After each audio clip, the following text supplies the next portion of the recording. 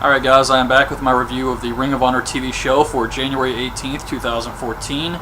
And the show starts off with another match in the Top Prospect Tournament, Andrew Everett versus the Romantic Touch. And the Romantic Touch is a great character. He wears a mask, he's got all these little hearts on his mask. And I instantly like this guy. Just Google the Romantic Touch wrestler. So they're having the match, and it's okay.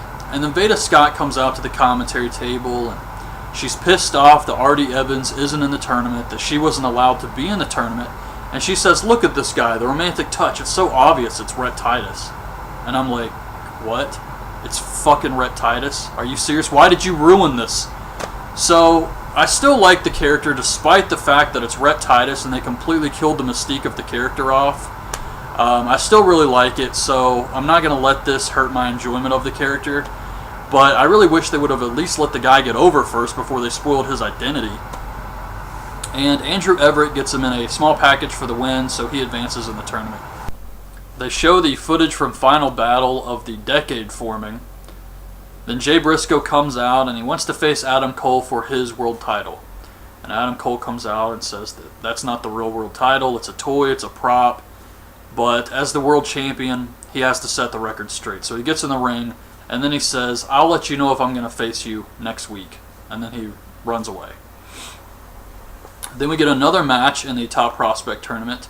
Cheeseburger, who I don't even think is trying to gain any weight, versus Hanson, who is probably a legit Viking. This guy's freaking huge. And he's doing the whole Viking gimmick, and it's working for him, I think. And he, of course, destroys Cheeseburger. He kicks his head off. I mean, destroys this poor guy with a kick, gets the win, and afterwards you can see Cheeseburger's face, and his eye is swollen and bloody. I mean, that kick was devastating.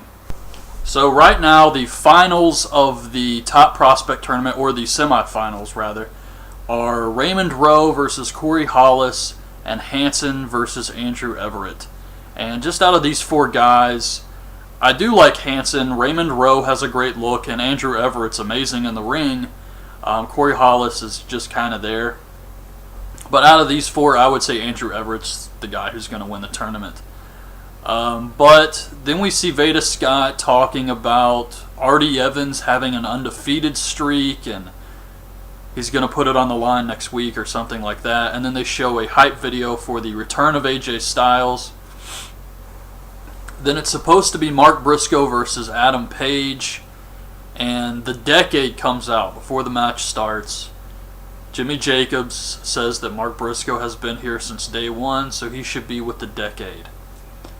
And he slaps Adam Page, so Mark Briscoe tries to fight the Decade off.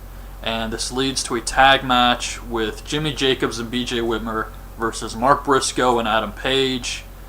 And it was an okay match. I do not care about the Decade whatsoever. I don't understand why Jimmy Jacobs always has to be in a freaking stable. And BJ Whitmer is just really boring. Whether he's a face or a heel, he's just boring. And Roderick Strong doesn't need this. So what's the point? But Jimmy Jacobs and Whitmer hit some type of Dominator / Diamond Cutter double team move on Adam Page for the win. The main event is Tommaso Ciampa versus Silas Young. Jay Lethal is on commentary. And before the match, Matt Taven comes out and says that he should still be the television champion, but he wants to shake hands with Ciampa. So Matt Taven is a babyface again. I don't know what this means for the House of Truth. More importantly, what does this mean for Scarlett?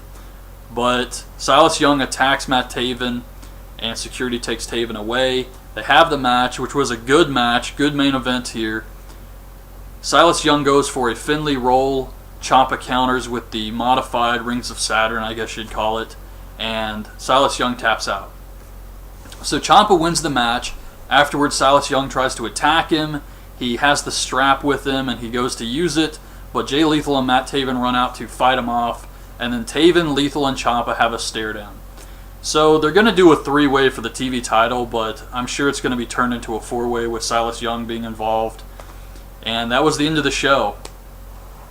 I thought the show was alright. It was an okay show. But last week's show was just so much better. Or, I guess not really last week. The Chris Hero Kevin Steen show was awesome. That's what I'm trying to say. This one was just okay. I didn't really care about the Decade stuff. I guess Hanson killing Cheeseburger was kind of cool. And the debut of the Romantic Touch, which they effectively ruined at the same time. So yeah, this was just an okay show with a good main event. Anyways, that's my review. Hope you guys liked the video. Leave your thoughts on the show in the comments, and thanks for watching.